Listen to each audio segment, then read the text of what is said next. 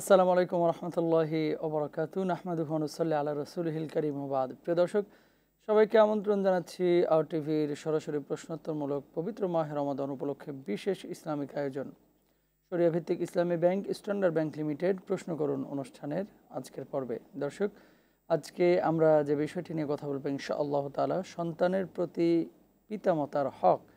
এ বিষয়ে কথা বলার জন্য স্টুডিওতে আমন্ত্রিত হয়েছেন বিজ্ঞ আলেমেদিন, বিশিষ্ট ইসলামী চিন্তাবিদ, শেখুল হাদিস মুহাদ্দিস হাফেজ মুফতি কাজী মোহাম্মদ ইব্রাহিম। আসসালামু আলাইকুম ওয়া রাহমাতুল্লাহি ওয়া বারাকাতুহু। ওয়ালাইকুম আসসালাম। কেমন আছেন? আলহামদুলিল্লাহ, আপনি কেমন আছেন? আলহামদুলিল্লাহ। তো দর্শক, আপনারা যারা আমাদের অনুষ্ঠানে সরাসরি প্রশ্ন করতে যাচ্ছেন, স্ক্রিনে নিশ্চয়ই একটি নাম্বার দেখতে পাচ্ছেন, সেই নাম্বারে ফোন করুন, আমাদের কাছে SMS করুন, সেলফোনে মেসেজ অপশনে গিয়ে টাইপ করুন PK স্পেস আপনার নাম, আপনার প্রশ্ন লিখে পাঠিয়ে দিন 24141 নাম্বারে। আমাদের কাছে ইমেইল করুন pk@rtvbd.tv। প্রিয় দর্শক, RTV যে কোনো ইসলামিক আয়োজন আপনারা যদি ইউটিউবে দেখতে চান, ভিজিট করুন youtube/RTV Digitals।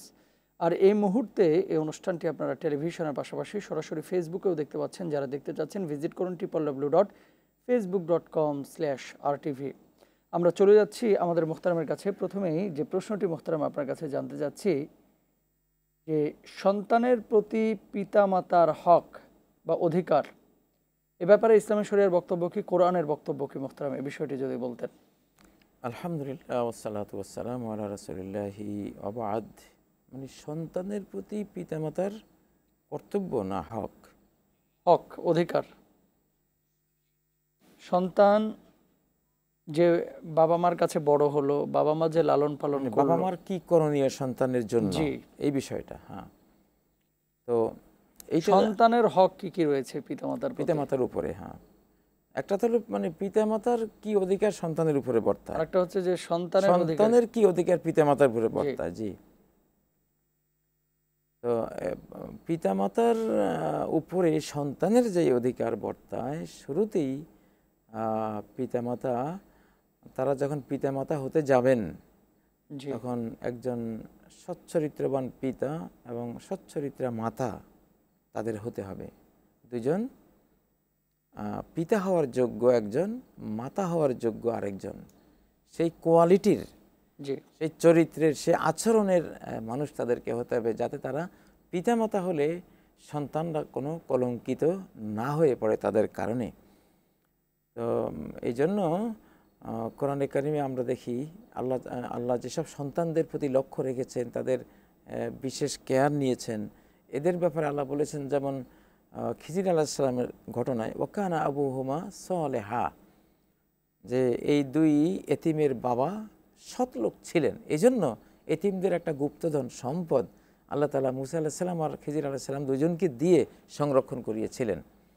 তো ওখানে কথা হলো আবুহুমা সালেহা, বাবা ভালো ছিল, সৎ ছিল। তাহলে বাবা সৎ হলে, মা যদি সতী হন, সচ্চরিত্রা হন, তো এটা সন্তানদের প্রথম পাওনা, যে একজন ভালো মায়ের ঘরে, মায়ের কোলে একজন সৎ বাবার অধীনে তারা পৃথিবীতে আসতে পেরেছেন। তো সন্তানদের জন্য এটা বিশাল গৌরবের জিনিস। জি। তো আর হলো এখন মোহতারাম, আরেক গুরুত্বপূর্ণ যে বিষয়টি আমরা আপনার কাছে জানতে চাচ্ছি, যে সন্তান যখন বড় হলো, বড় হওয়ার পরে বাবা মা যে এত কষ্ট করে লালন পালন করে সন্তানকে বড় করলো, তো এই সন্তানের ব্যাপারে আল্লাহ সুবহানাহু ওয়া তাআলা কুরআনুল কারিমে কিছু বলেছেন কিনা, যে বাবা মার অধিকারের ব্যাপারে সোচ্চার থাকতে বা খিদমতের ব্যাপারে সোচ্চার হতে? না, একটা তো হলো মা বাবার কি অধিকার সন্তানের উপর, সেটা তো একটা বিশাল চ্যাপ্টার আছেই। জি, কিন্তু আজকের বিষয়টা আসলে আমার কাছে এখনো ক্লিয়ার হচ্ছে না। পিতামাতার হক মানে অধিকার সন্তানের উপরে আজকের টপিক। হ্যাঁ, এটা যদি হয় তাহলে তো কথা ভিন্ন। একটা হলো মা বাবার কাছে সন্তান কি পাবে, এটা একটা। আর হলো সন্তানের কাছে মা বাবা কি পাবে, আমরা কোনটা নিয়ে কথা বলছি।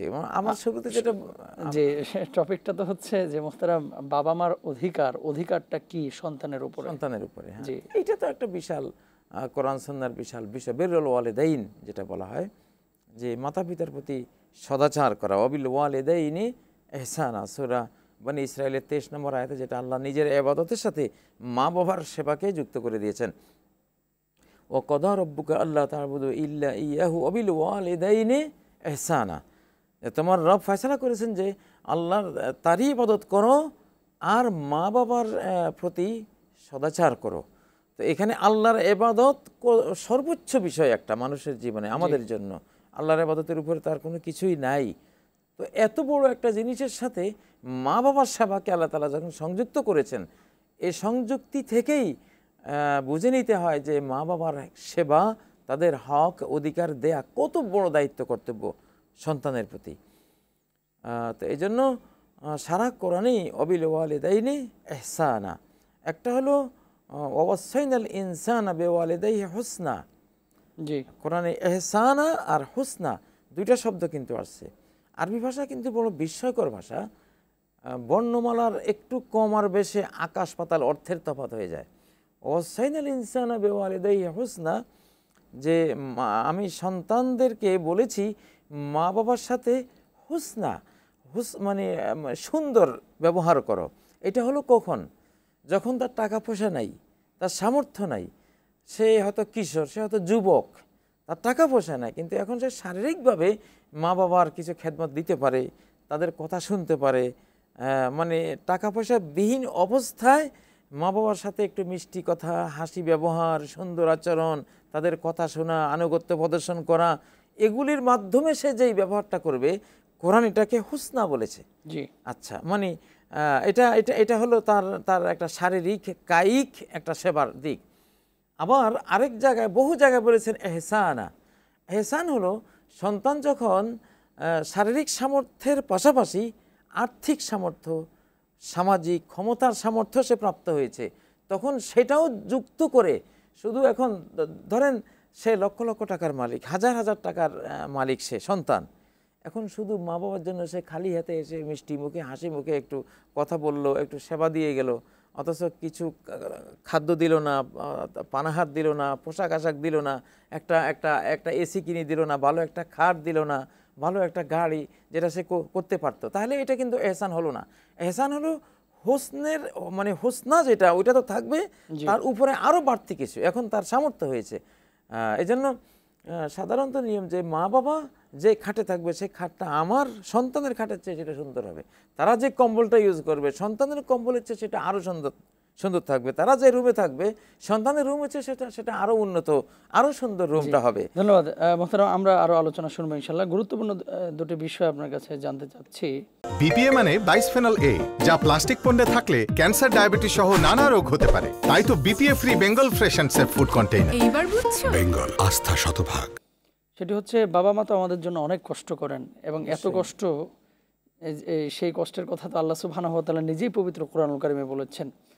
তো এখন একজন বাবা যখন বার্ধক্যে উপনীত হয়েছেন, তারপরে দুনিয়া থেকে বিদায় নিয়ে চলে গেছেন, সন্তান হিসেবে বাবা বা মা মারা যাওয়ার পরে আমাদের করণীয় কি, এক নম্বর বিষয়। আর দুই নম্বর বিষয়টা আমরা জানবো ইনশাল্লাহ, যে বাবা মা যখন জীবিত আছেন, তখন তো কর্মের সুবাদে আমরা এক একজন এক এক জায়গায় থাকি, তো সে অবস্থায় বাবা মার খেদমতের ধরনটা কেমন হবে? আপনি প্রথমেই বাবা মার ইন্তিকালের পরে সন্তানের করণীয়, এই বিষয়টি নিয়ে যদি বলতেন। হ্যাঁ, এই বিষয়টি একজন সাহাবী প্রশ্ন করেছিলেন নবীজিকে, যে হাল বাকিয়া মিন বিররি আবাওয়াইয়া, সেই আমার মা বাবার প্রতি আমার সদাচারের কিছু কি এখনো রয়ে গেছে তাদের মৃত্যুর পরে? তখন নবী সাল্লাল্লাহু আলাইহি ওয়াসাল্লাম 5টি জিনিসের কথা উল্লেখ করলেন। 1 নম্বর, আসসালাতু আলাইহিমা, সর্বদাই মা বাবার জন্য তুমি দোয়া করবে। যেমন আরেকটি হাদিসে, সহিহ হাদিসে, সহিহ মুসলিমের সে ওয়ালাদিন সালেহিন ইয়াদউ লাহ, মাতা পিতার মৃত্যুর পরে সৎ সন্তানদের উপরে একটা দায়িত্ব, কর্তব্য থেকে যায়, সবসময় তাদের জন্য দোয়া করবে সে, যে আল্লাহ আমার মা বাবাকে জান্নাতুল ফেরদাউস নসিব করেন, তাদের শান্তি দেন, তাদের উন্নত জীবন, সুখী জীবন সেখানে দেন, যত রকমের দোয়া আছে সে দোয়া করবে। 1 নম্বর পয়েন্ট। তো সন্তানের দোয়া কিন্তু মা বাবার জন্য যখন সে করে, সরাসরি আল্লাহ তাআলা কবুল করেন। আমাদের সমাজে করে কি, সন্তানরা সহজে দোয়া করে না, ওই মৌলানা মৌলবী হুজুর এনে দোয়া করে না, আল্লাহ ওটা চান না। আল্লাহ চান তুমি সন্তান, তোমার মুখ দিয়ে, তোমার আবেগ ইমোশন ভরে তুমি মা বাবার জন্য একটা দোয়া করো, সেটা আল্লাহর কাছে ভালো লাগে।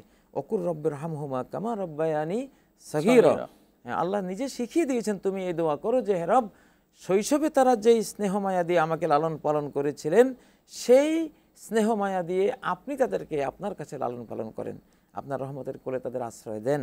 তাহলে 1 নম্বর, মৃত্যুর পরে মা বাবার জন্য সন্তান দোয়া করতে থাকবে। 2 নম্বর, ওয়াল ইস্তিগফারু লাহুমা, তাদের জন্য সে সবসময় আল্লাহর কাছে ইস্তেগফার করবে। আমার মা বাবার কোনো ত্রুটি থাকলে আল্লাহ তাআলা আপনি তাদেরকে ক্ষমা করে দেন, ইস্তেগফার করেন। আরেকটা হাদিসে রয়েছে যে এক মা বাবার শুধু প্রমোশন হচ্ছে মৃত্যুর পরে, তারা দেখছেন যে তাদের শুধু প্রমোশন হচ্ছে, তখন তারা প্রশ্ন করেন আল্লাহকে যে এটা এটা কেন হচ্ছে।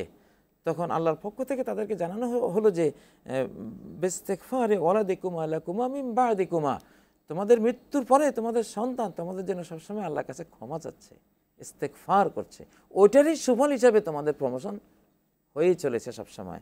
তো এটা হলো 2 নম্বর পয়েন্ট। 3 নম্বর হলো ইনফাজ আহাদিহিমা মিন বাদিহিমা, মাতা পিতার জীবদ্দশায় তারা যদি কোনো ওয়াদা কাউকে দিয়ে থাকেন, সেই ওয়াদা তারা পূরণ করে যেতে পারেননি, এখন সন্তানের কর্তব্য সে ওয়াদা পূরণ করে দেয়া। অনেক মা বাবা বলে যায় যে আমি মাদ্রাসায় 10,000 টাকা দেবো, মসজিদে আমি 1000 ইট দেবো, বা এখানে একটা কালভার্ট নির্মাণ করে দেবো, কিন্তু করে যেতে পারেননি। সন্তান যদি এটা করে দেয়, মা বাবার জন্য এটা একটা সৎ ব্যবহার হলো, মা বাবা এর পুরস্কার আল্লাহর কাছে পাবেন। 3 নম্বর পয়েন্ট মৃত্যুর পরে।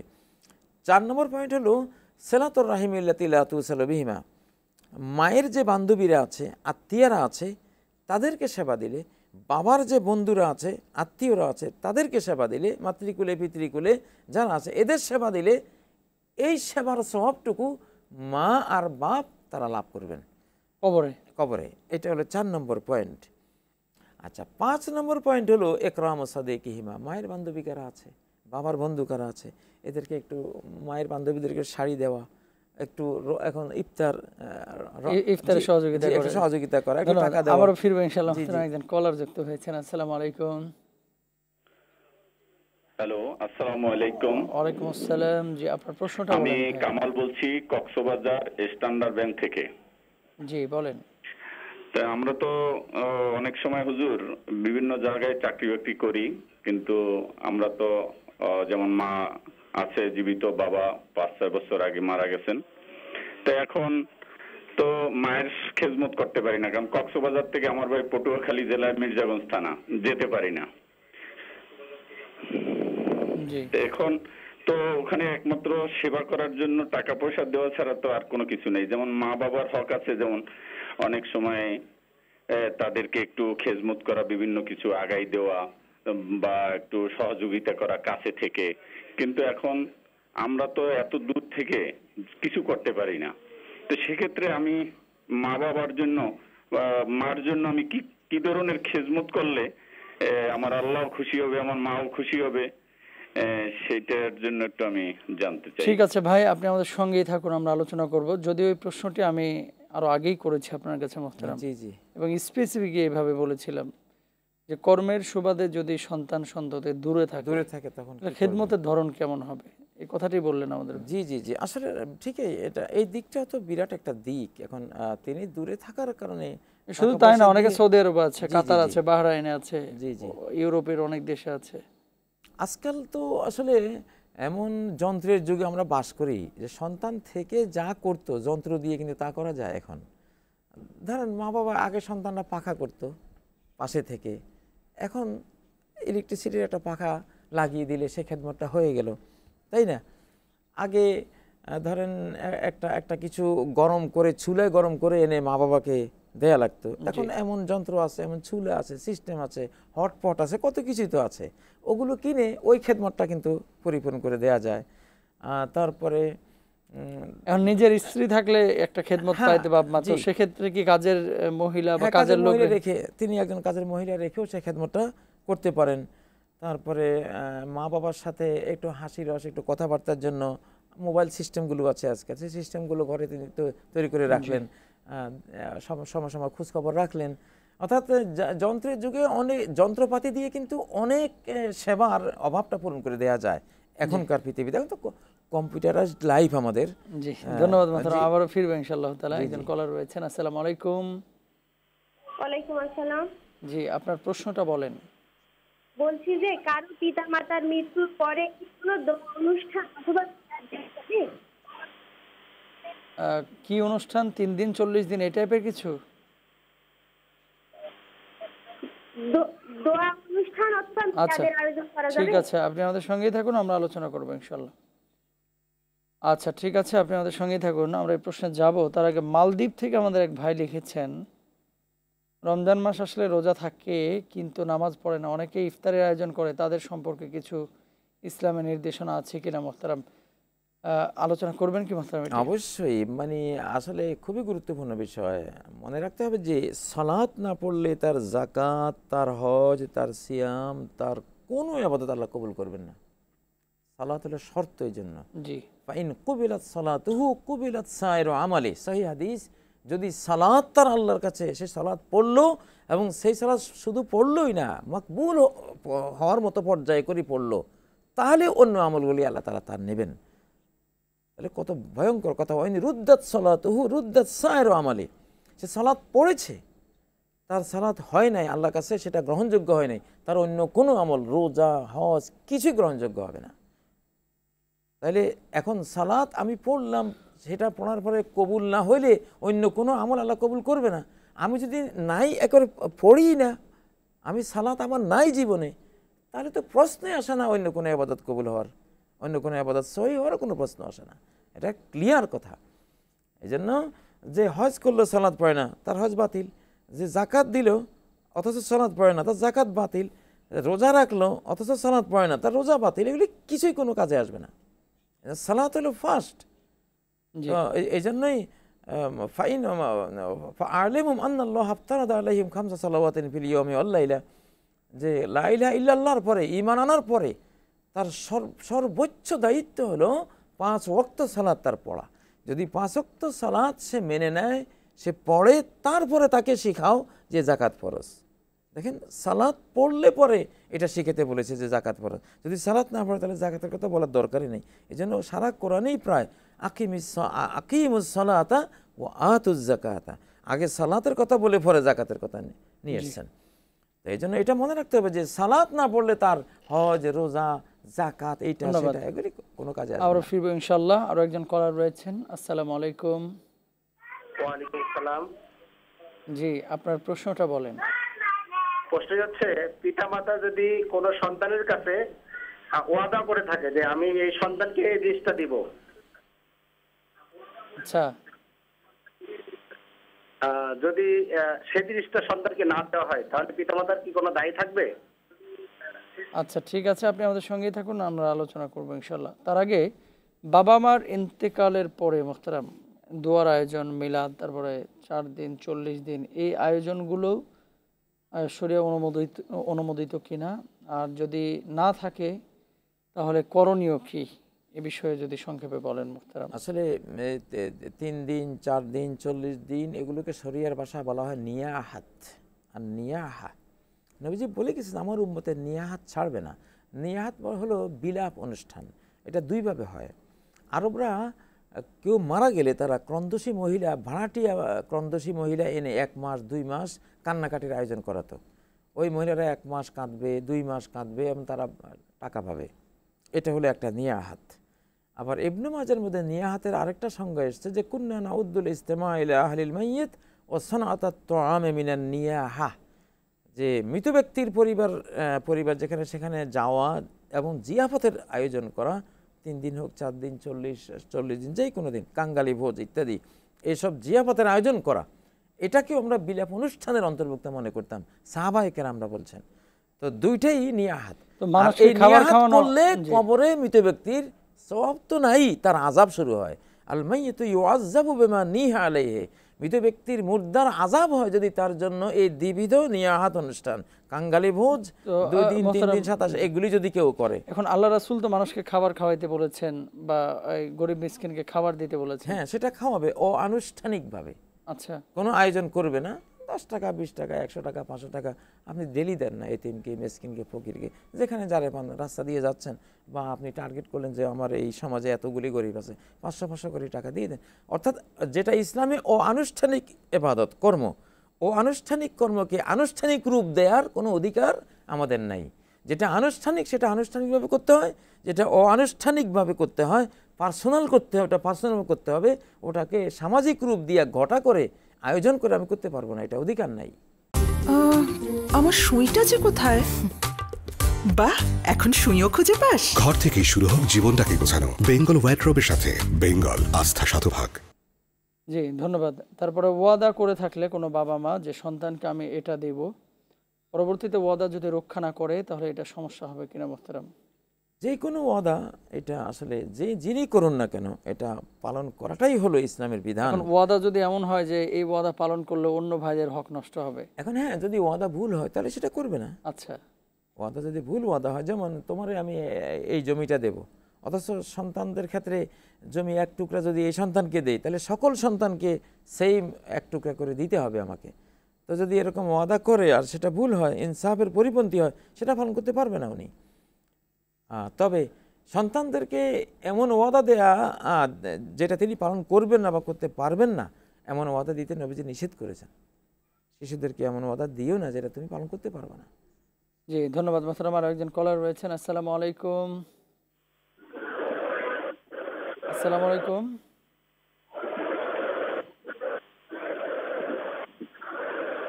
প্রিয় দর্শক, আপনি কি শুনতে পাচ্ছেন? হ্যালো, আসসালামু আলাইকুম। ওয়ালাইকুম আসসালাম। আপনার প্রশ্নটা বলেন। আমি নাজমুল হুদা বলছি পাবনা সাতিয়া থেকে। জি, আমার প্রশ্ন হচ্ছে, আমাদের সমাজে এক শ্রেণীর লোক আছে যারা পিতা মাতাকে অবজ্ঞা করে চলে বা পিতা মাতার কোনো কথাই তারা মর্যাদা সহিত শোনে না। এক্ষেত্রে আসলে ইসলাম কি বলে? ঠিক আছে, আপনি আমাদের সঙ্গেই থাকুন, আমরা আলোচনা করব ইনশাআল্লাহ। পিতামাতাকে অবজ্ঞা করে এমন কিছু মানুষ রয়েছে মোহতারাম, তাদের ব্যাপারে ইসলামের ভাষ্য কি জানতে চেয়েছেন? পিতামাতাকে যদি অবজ্ঞা করে, অপমান করে, তাহলে তো সেই সেই সন্তানের প্রতি আল্লাহ তাআলা রাগান্বিত থাকেন। সাকাতুল রব্বি ফি সাকাতিল ওয়ালিদ, মা বাবা যে সন্তানের প্রতি অসন্তুষ্ট, আল্লাহ সেই সন্তানের প্রতি অসন্তুষ্ট। আর মা বাবা যে সন্তানের প্রতি সন্তুষ্ট, আল্লাহ তার প্রতি সন্তুষ্ট। তাহলে তো এটা মারাত্মক কথা। তো সন্তানকে বলা হয়েছে যে হুমা জান্নাতুকা ওয়া নারুক, হে সন্তান, তোমার জন্য তোমার মা বাবা জান্নাত অথবা জাহান্নাম। তুমি সেবা দিয়ে সন্তুষ্ট করতে পারলে জান্নাত পাবে তুমি, আর যদি তাদেরকে অসন্তুষ্ট করে যাও তাহলে জাহান্নামে জ্বলতে হবে।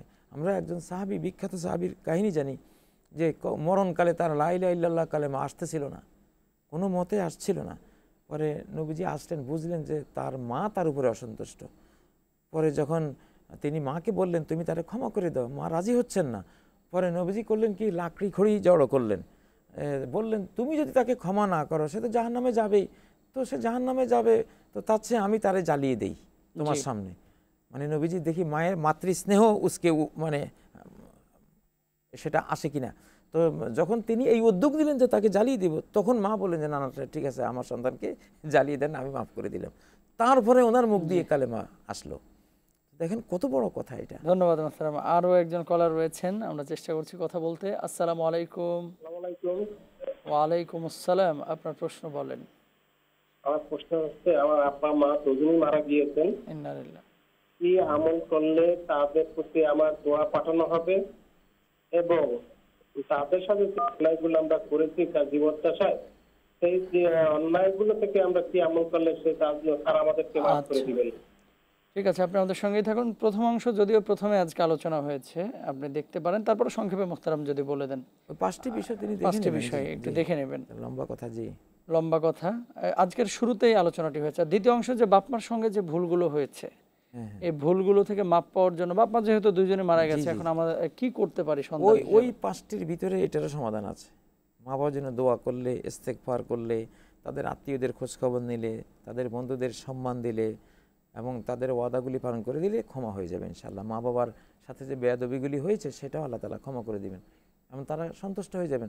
দোয়া পাঠাতে পাঠাতে, ইস্তেগফার করতে করতে করতে করতে তারা যখন দেখবে যে আমার সন্তানের দ্বারা আমি এত উপকৃত হচ্ছি, আল্লাহর কাছে সম্মানিত হচ্ছি, জান্নাতি মানুষরা তাদেরকে সম্মান করছে ছেলেদের মেয়েদের খেদমতের কারণে, তখন তারা ক্ষমা করে দিবেন, খুশি হয়ে ক্ষমা করে দিবেন। জি মোহতারাম। তারপরে এখানে আরেক বোন লিখেছেন, আমি নামটি বলতে যাচ্ছি না। আমি জানতে চাচ্ছি, আমার সঞ্চয়পত্র আছে 40 লাখ টাকা, এটা দিয়ে খুব কষ্টে সংসার চলছে, আর কোনো ইনকাম আমার নেই, তাহলে জাকাত কিভাবে দিব যদি বলতেন মোহতারাম? তিনি মহিলা, হ্যাঁ মহিলা মানুষ। 40 লক্ষ টাকা তার আছে, মানে ব্যাংকে সঞ্চয়পত্র আর কি। এই 40 লক্ষ টাকা থেকে যেই ইন্টারেস্ট বা সুদ উনি পান সেটা দিয়ে চলছেন। এই 40 লক্ষ টাকা জাকাত উনি কিভাবে দিবেন? সঞ্চয়পত্র যদি সুদ ভিত্তিতে রাখে তিনি, তাহলে তো এটা তো সুদ, এর ভয়ঙ্কর জিনিস। সেখানে মূল টাকা যেটা সেটার উপরে তো তার জাকাত আসবে। তো যেহেতু মহিলা মানুষ, তিনি আমাদের কোনো বোন, তো তিনি যে জাকাতটা আসবে সেই জাকাতের টাকাটা তিনি তার সন্তানের পিছনে ব্যয় করতে পারবেন, তার স্বামীকেও দিতে পারবেন, তার মা বাবাকেও দিতে পারবেন। যেহেতু মহিলাদের উপরে, নারীদের উপরে সন্তানের কোনো ভরণ পোষণের দায়িত্ব নাই, স্বামীর ভরণ পোষণের দায়িত্ব নাই, মা বাবার ভরণ পোষণের দায়িত্ব নাই, এই জন্য তারা তাদের জাকাতের টাকা এই সব খাতে দিতে পারবে। সহিহ বুখারীতে হযরত আব্দুল্লাহ ইবনে মাসউদের স্ত্রীর কথা এসছে যে তিনি গিয়ে নবীজিকে প্রশ্ন করলেন, ইয়া রাসূলুল্লাহ, যে আমার স্বামী তো দরিদ্র, তো আমার স্বামী কি আমার জাকাতের টাকা তাকে আমি দিতে পারবো, আমার সন্তানদেরকে দিতে পারবো? নবীজি বললেন যে যাওজুকে ওয়া ওয়ালাদুকে আহাক্কু মান তাসাদ্দাকতা বিহি আলাইহিম, তোমার স্বামী আর তোমার সন্তানরাই তোমার জাকাত পাওয়ার সবচেয়ে বেশি যোগ্য। তারা সমস্যা নেই, এখন উনি মহিলা মানুষ, ওনার যে জাকাতটা আসবে এটাই তিনি সন্তানের পেছনে দিয়ে দিবেন, তাদের পড়ালেখার পেছনে খরচ করে ফেলবেন, অন্য কাউকে দিতে হলো না। ধন্যবাদ মোহতারাম। আলামিন শিকদার লিখেছেন, আকিকা করে সে গোশত দিয়ে রোজাদারদের ইফতারি করানো যাবে কিনা, গরিবদের গোশত ভাগ করে না দিয়ে সে গোশত গরিবদের সহ সকলে মিলে খাওয়া যাবে কিনা? হ্যাঁ, যাবে। রমজান মাসে যদি আকিকা হয় তাহলে ইফতার এবং ইফতার পরবর্তী খাবার দাবার সব কিছু করা যাবে, কোনো সমস্যা নেই। জি, ধন্যবাদ।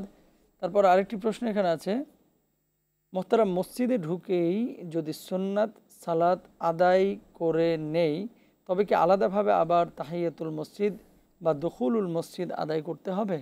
না, এটা তো হয়েই গেল একসাথে। যখন তিনি সুন্নত জোহরের সময় ঢুকলেন 4 রাকাত পড়লে কিন্তু সবই হয়ে গেল একসাথে, তাহিয়াতুল মসজিদে হয়ে গেল। মানে মূল কথা হলো কি, মসজিদে গেলে আমরা যাতে 2 রাকাত না পড়ে বসে না পড়ি। একটা মসজিদের একটা আদব আছে, শাহী দরবারের একটা শিষ্টাচার আছে। তো এখন যদি আমি জোহরের 4 রাকাত সুন্নতে পড়লাম তো হয়েই গেল।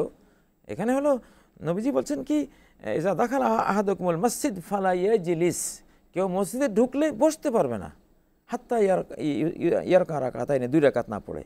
এখন সে 2 রাকাত তিনি যদি 2 রাকাতের বদলে 4 রাকাত সুন্নত পড়লেন তাহলে তো হয়ে গেল, সুন্নত পড়ে বসলেন, তাহলে আদব রক্ষা হয়ে গেল। এই জন্য মসজিদে ঢুকলে নিয়ম হলো কিছু সালাত পড়া, সেটা সুন্নত হোক, সেটা এক্সট্রা কোনো 2 রাকাত হোক, সেটা যেই হোক।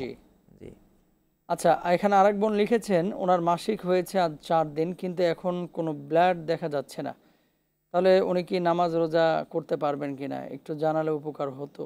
হ্যাঁ, যদি দেখেন তিনি পবিত্র হয়েছেন এবং তার সেই মানে সেই মিন্স এখন আর নাই, তো এক ওয়াক্ত সালাত যদি এইভাবে কেটে যায় তখন তিনি সেই সালাতটা পড়ে নেবেন, সালাত পড়বেন এবং রোজাও তিনি পরের দিন থেকে রাখতে পারবেন।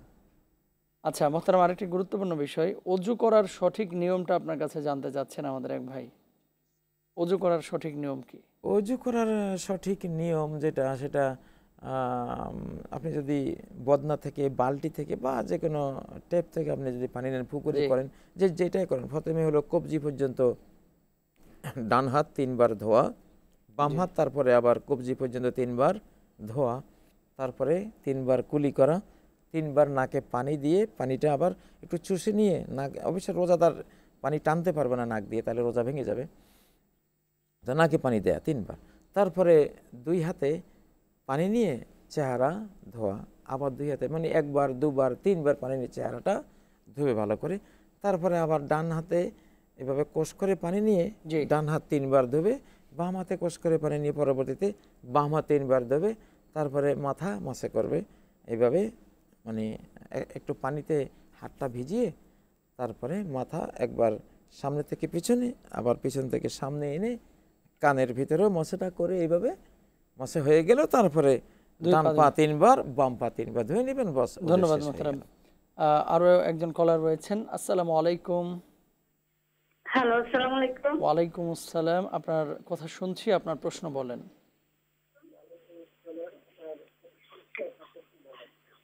বলছি যে হুজুর, আমার তো ইচ্ছা আছে যে আমি গর্ভবতী, যে আমার যদি ছেলে সন্তান হয় তাহলে আমি এটাকে হাফেজ বানাবো। যদি বাইসেন্স মেয়ে হয় তখন আমি কি করব? আচ্ছা ঠিক আছে, আপনি আমাদের সঙ্গেই থাকুন, আমরা আলোচনা করবো ইনশাল্লাহ। নিশ্চয় শুনেছেন মোহতারাম প্রশ্নটি। ছেলে সন্তান হলে তিনি কোরআনের হাফেজ বানাবেন, মেয়ে হলে কি করবেন? হাফেজা বানাবেন, সহজেই তো।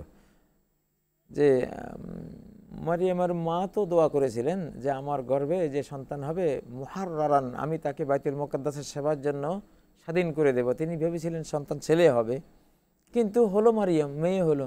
জি। তো মেয়েকে কিন্তু ওই মসজিদে তিনি দিয়ে দিয়েছিলেন। তখন পরিবেশ ছিল, মসজিদের এক পাশে তিনি থাকতেন, তো সেবা করতেন।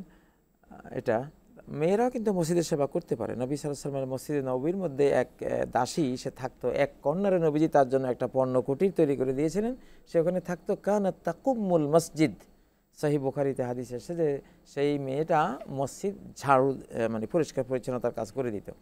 তো এইটুকু তো মেয়েরাও করতে পারে। এখন তিনি ছেলে হলে হাফেজ হবে, তো মেয়ে হলে হাফেজ হবে, সমস্যা তো নাই। তিনি সেভাবে নিয়ে মানতটা করেন যে মেয়ে হলেও ছেলের জন্য দিনদার হওয়া যত বেশি জরুরি, মেয়ের জন্য আরও বেশি জরুরি। কারণ একটা মেয়ে যদি ভালো হয়, দিনদার হয়, তাহলে একটা জেনারেশন দিনদার হবে, ভালো হবে। এই জন্য মেয়ের ক্ষেত্রে আরও জরুরি। তো মেয়েটাকে তিনি যদ্দূর পারেন, যত পারা পারেন হাফেজা বানাবেন, মাদ্রাসায় পড়াবেন, দিন শেখাবেন, এগুলো করবেন। আরো একজন কলার রয়েছেন। আসসালামু আলাইকুম। আসসালামু আলাইকুম। ওয়ালাইকুম আসসালাম।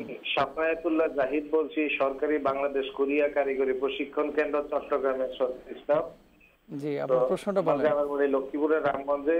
আরটিভিকে ধন্যবাদ একটি সুন্দর অনুষ্ঠান উপহার দেওয়ার জন্য। বিশেষ করে সৌদি আরবের মতো দৃশ্যের মধ্যে আপনারা বসে সরাসরি লাইভ করছেন, এর জন্য আবারও ধন্যবাদ আরটিভিকে।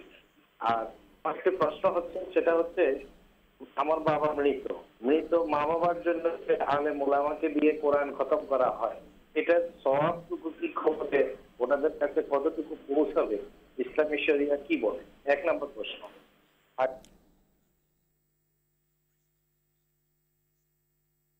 আচ্ছা, আমরা মোহতারাম অনুষ্ঠানের আসলে শেষের দিকে তো একটি প্রশ্নই নেওয়া হয়েছে, বাবা মার জন্য কোরআন খতম করা এবং সওয়াব এরসাল করা, আসলে এই পদ্ধতিটা ঠিক আছে কিনা? না, এই পদ্ধতি ঠিক নেই। আসলে আলিম ওলামারা তো কমনলি দোয়া করেনি, সেটা অন্য। কিন্তু যাদের মা বাবা মারা গেছে তারা সেটা করবে বংশীয়ভাবে, অর্থাৎ পারিবারিকভাবে, এবং সন্তানরা করবে। আল্লাহ সন্তানদের দোয়া শুনতে চান, কারণ সন্তানের যে আবেগ তার মায়ের তার বাপের জন্য, তার যে অনুভূতি ইখলাস আসবে, আমার আপনার বা অন্য কারো কখনো সেটা আসবে না। যতই আলিম ওলামা হোক, হাফেজে কোরআন হোক, সন্তানের যে আবেগ তার মায়ের জন্য, এটা কি অন্য কেউ দিতে পারে? অসম্ভব। তো এই জন্যই আল্লাহ তাআলা ইসলামের সিস্টেমে রেখেছেন যে অকুর রব্বির হামুমা, একটু আগে আমরা এগুলো নিয়ে কথা বলেছি, যে সন্তানকে দায়িত্ব দেওয়া হয়েছে। আর ওয়ালাদিন সালিহিন ইয়াদউলা, সন্তান দোয়া করবে, সন্তান তার আবেগ ইমোশন দিয়ে সে তার মাতা পিতার জন্য দোয়া করবে, ইস্তেগফার করবে। এটা আল্লাহ শুনতে চান, এটারই মূল্য বেশি। এটা দিয়ে মা বাবাকে আল্লাহ ক্ষমা করবেন। এখানে কোনো আসলে কাউকে দাওয়াত দিয়ে এটা সেটা করে আনা, এটা কোনো সিস্টেমই নাই ইসলামের মধ্যে। আচ্ছা, এখানে এক বোন লিখেছেন, ছেলের বয়স কত হলে মা ছেলেকে নিয়ে হজ ও উমরা পালন করতে পারা যাবে? 15 বছর, সাধারণত 15 বছর একটা টার্নিং পয়েন্ট। 15 বছরই সাধারণত ছেলেরা বালেগ হয়, পরিণত বয়স্ক হয়, তাহলে ওই বয়সে সে মাহরাম হয়ে যায়। জি, ধন্যবাদ মোহতারাম, জাযাকাল্লাহ আপনার মূল্যবান সময় দেওয়ার জন্য। আল্লাহ তাআলা আপনাকে উত্তম বিনিময় দান করুন। আপনাকে আল্লাহ উত্তম বিনিময় দান করেন। প্রিয় দর্শক, আপনারা দেখছিলেন শরিয়া ভিত্তিক ইসলামী ব্যাংক স্ট্যান্ডার্ড ব্যাংক লিমিটেডের সৌজন্যে প্রশ্ন করুন। আজকে অনুষ্ঠানে একেবারে শেষ প্রান্তে চলে এসেছি। আগামীকাল ঠিক একই সময়ে ইনশাআল্লাহ তাআলা আবারও দেখা হবে। দেখার আমন্ত্রণ জানিয়ে আজকের মতো আল্লাহ হাফেজ। আসসালামু আলাইকুম ওয়া রাহমাতুল্লাহ। লা ইলাহা ইল্লাল্লাহ মুহাম্মাদুর রাসূলুল্লাহ।